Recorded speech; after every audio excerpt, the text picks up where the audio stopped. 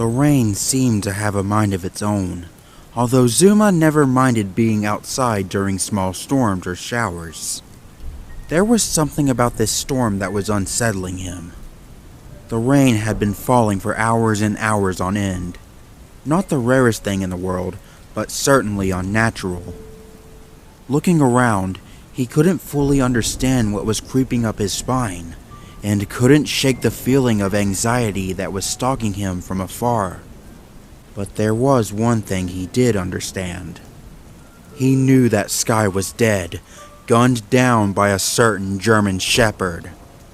All he wanted at the time were the answers to his questions, an answer to what Chase had been keeping from them, an answer to if he was slowly going insane. He remembered the shrieking gunshot that tore through the air, screams filling the room, and opening his eyes to a dead dog.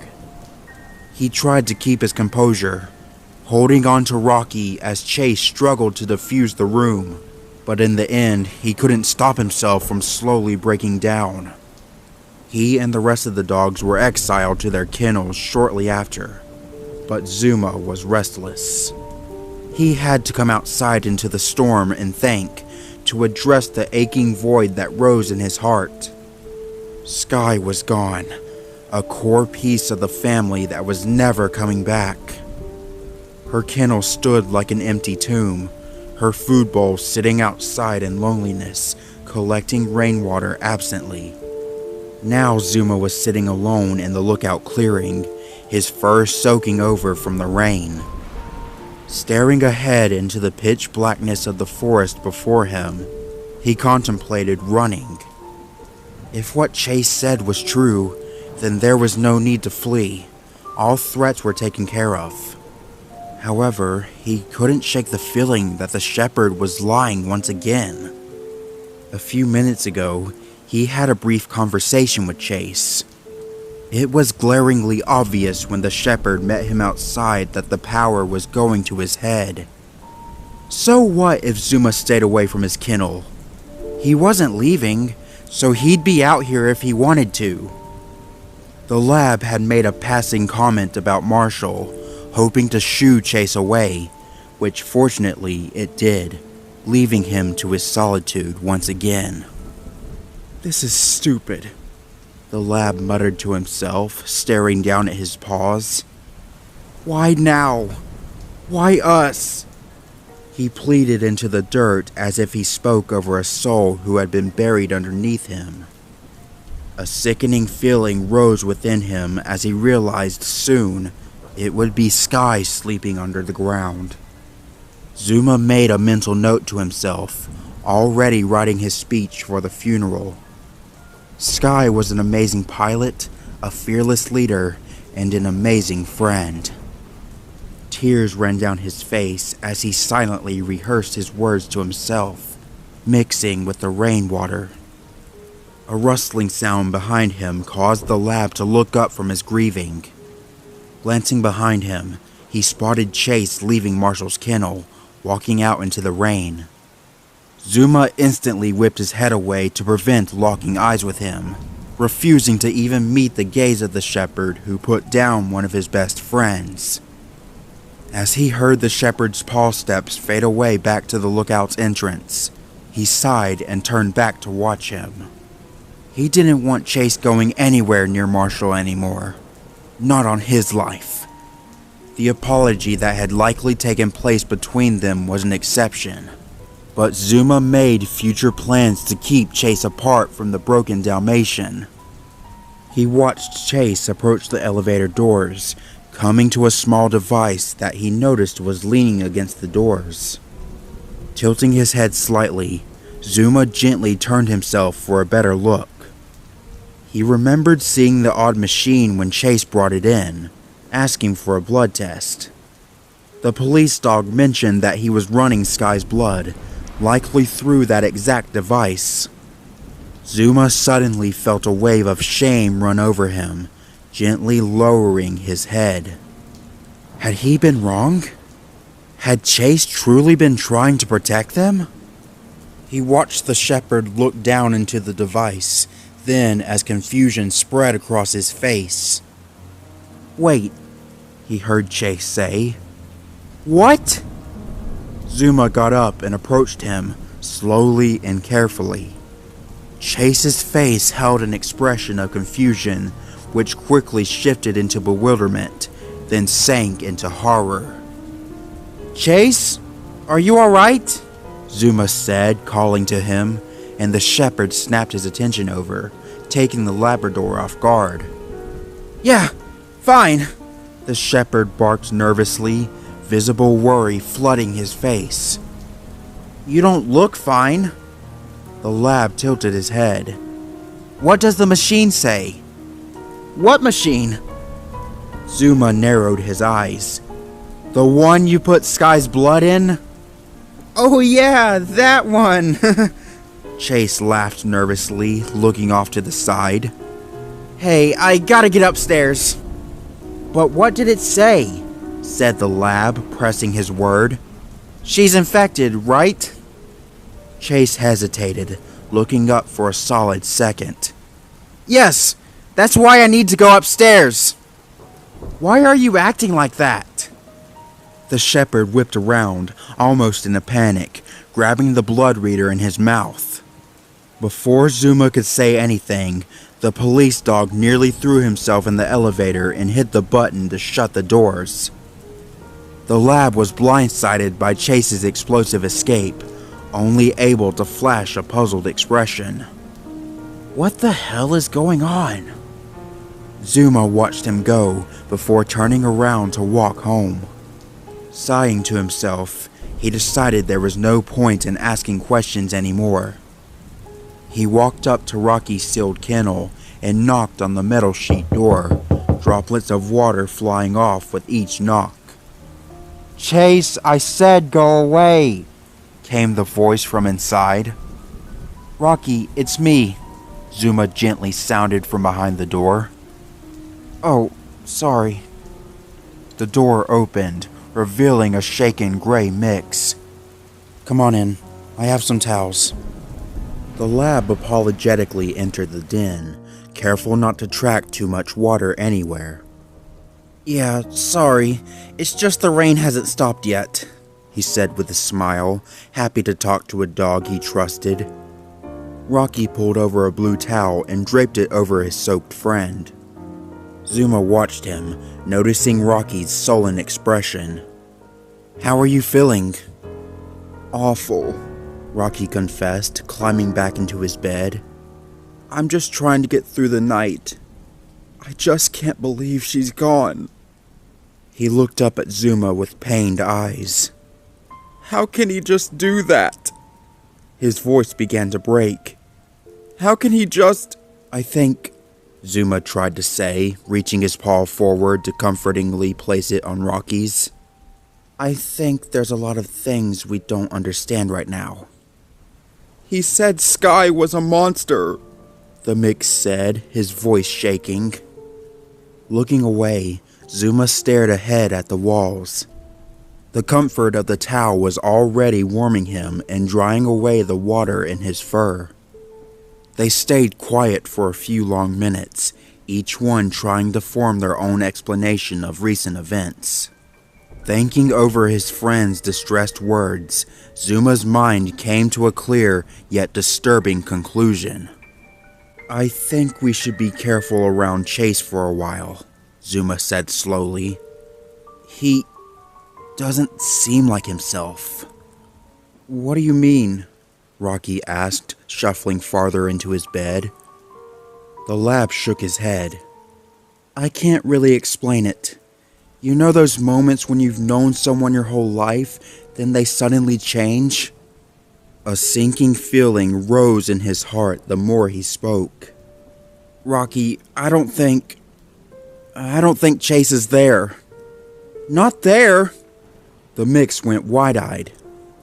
I don't trust him, Zuma concluded. Do you? Rocky flattened his ears. Hell no! Did you hear what he said about conspiring with the ACG? Those same dogs who beat me up?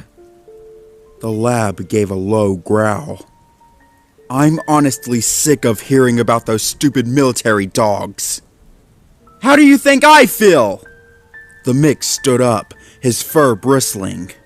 Just for once, I think everything's okay. Then out of nowhere, it comes out that Chase is hoarding guns and talking with their captain. Well, I'm glad that someone feels the same way as me. Zuma smiled to himself.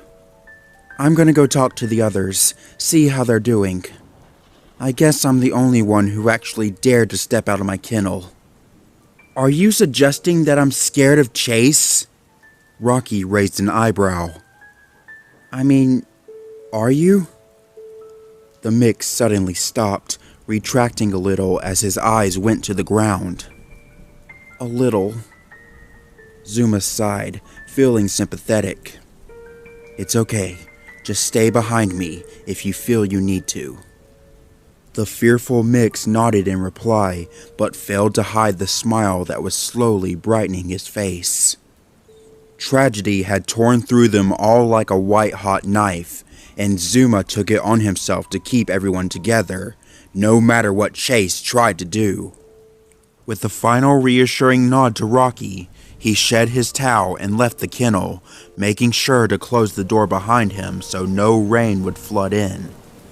It was slightly uncomfortable to be wet all over again, but he pushed away the thought as he approached Rubble's kennel. Rubble? Zuma knocked on the door. Are you alright in there? No response, although faint rustling sounds could be heard from inside. He definitely wasn't asleep, and Zuma could clearly hear what seemed to be drunken stumbling, running into things and objects falling to the floor. Rubble? The lab asked again, motioning to open the door.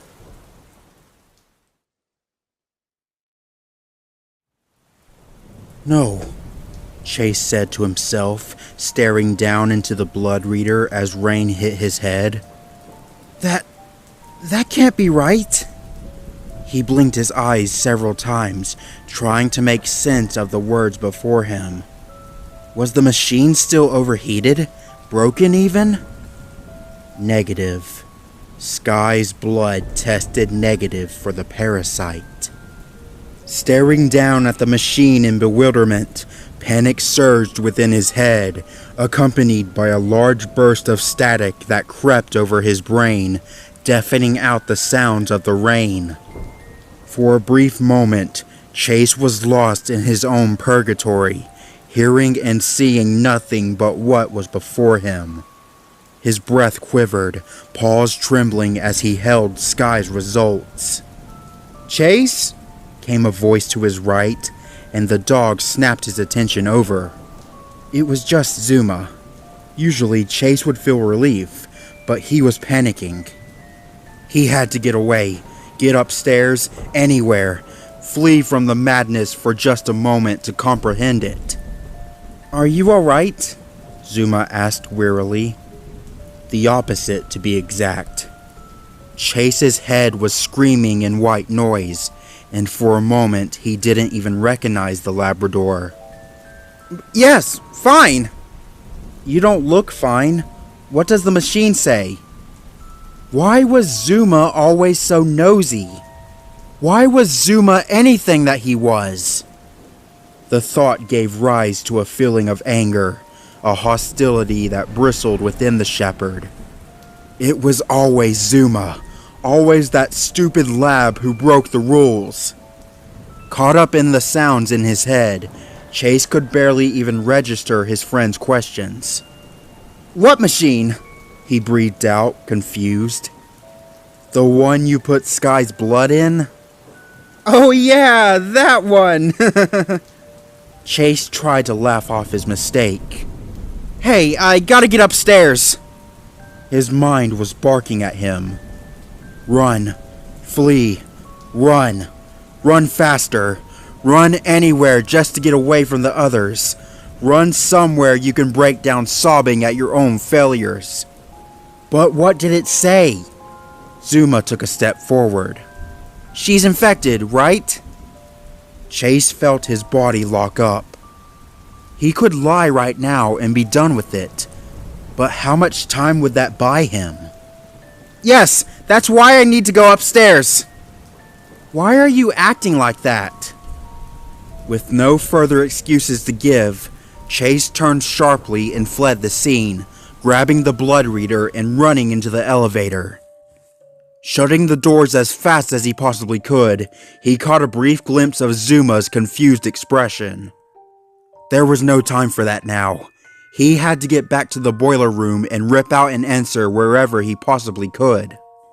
He paced in circles as the elevator closed and began descending, whimpering to himself as he returned underground. It couldn't be true. It just couldn't. Chase made every single attempt to deny it, but the truth was looming over him, just waiting for him to look up. He was almost running in place when the electric door slid open, and a wave of heat washed over him. He could care less about the temperature now. Savagery gripped his mind as he bared his teeth, claws unsheathing from his paws. He took no time sprinting back to Sky's body, still lying motionless on the table. He jumped up on it in a single motion, planting his paws on the table firmly and staring down into the cockapoo's dull, lifeless eyes. "Show yourself!" he barked, insanity in his eyes. "Show yourself, damn it! I know you're in there!" Not a word was spoken in response. Was he expecting it to? "Ferox Malice! That's your name, right?" He was nearly screaming now. "Come out of here and face me!" He slammed his paw on the table, knocking off small metal tools as the impact sound rang throughout the room. "I said come out!" He wanted so badly to deny it, like if he truly believed hard enough he could change reality, willing himself into the right and erasing what could have possibly been the worst mistake of his life. "Come out!" His voice lowered, breaking as tears spilled from his eyes. "Please!" Sky wasn't infected. She never had been. Her blood was inserted into the machine, and it came back negative. He tried desperately to form an explanation in his head, like Ferox Malice switching bodies or leaving Sky, but it never left with the original body unscathed. If it decided to leave Sky, she would have been slaughtered in the process. The only thing that made sense now was Chase's worst nightmare. He murdered her. He was wrong, guessed incorrectly on the most pivotal decision of his entire life. Now an innocent dog was dead, murdered by his own paw. And for what? What could she have possibly sacrificed herself for? Was there even a threat to begin with? Static churned in his head as a crippling question surrounded him. Was the parasite even here to begin with? Was Sky really just sick with a common cold? Anguished at his failure, Chase slowly let himself down from the table. Each step of his paw was shaking, his very soul struggling to live with the reality of having killed one of his closest friends. Every moment he tried to make sense of the situation, his mind only blocked it out. All he could do now was deflate, lowering himself to the floor and tucking in his paws. Silence filled the air for a long moment, and Chase closed his eyes and wept on the floor, mourning the beloved friend he put down. Upon opening his eyes again, he sat up and looked to the floor. Remembering the pup pack that still sat on his back, Chase realized the source of their problems in the first place. "Rough ammunition," he barked sadly. On perfect command, the mechanical arm extended out of the pack, brandishing the same firearm he had used earlier today. Chase reached up and removed the gun from the arm, now holding it in his own paws. His weeping eyes inspected the weapon, turning it over a few times. Sky was dead, and it was all his fault. A crime executed from the very tool in his paws. Was it always true in his case? He was a police officer after all, and such authorities were no strangers to violence. What was it that made him pull the trigger on her? Delusion? Or had the violent nature of police officers suddenly gone to his head? He stuttered, making a decision. I'm turning myself in. He sighed and tossed the gun away, not even caring to see where he threw it. He heard the metal sound of impact as the weapon collided with the floor, most likely behind some junk now. He didn't deserve to carry a gun. He didn't deserve his badge, his uniform, his title. He wouldn't complain if it was all stripped away from him. Moving his paw up to his neck, he felt a tag that still hung from his collar, the one Cyrus had given him. The tag with the emergency radio implanted inside. I failed, he said in resignation, realizing there was no hope for him now. He unclipped the radio and tossed it away along with the gun. No point in helping the ACG. No point in even speaking to them anymore. What would Cyrus say at the revelation that Chase truly was just a puppy who didn't understand what he was doing? There was only one thing Chase could do now. Wait out the storm and for Ryder to return. But what would he tell his friends? They had to know eventually. They had the right to know the truth. Although he didn't really have that conversation planned, especially after he already lied to Zuma. Sighing, he turned and left the boiler room, shutting the doors behind him as he entered the elevator. It felt like a dream as he moved back to the surface, with the shepherd blankly gazing into the wall as he watched his life fall apart. The static in his head continued on as it screeched in his ears, but Chase made no effort to calm it. Now he understood it, at least in his own way. The noise was here for a reason, a figment of punishment for himself. He had nothing but his own mistakes to face now. The doors opened, revealing the dark downpour outside. Chase quickly made plans to retire to his kennel and sleep away the entire horrid night. "Help!" cried a voice. He quickly picked his head up, ears stiffened in alarm. "Chase!" Zuma cried out, straining to keep the kennel door closed. "Over here!"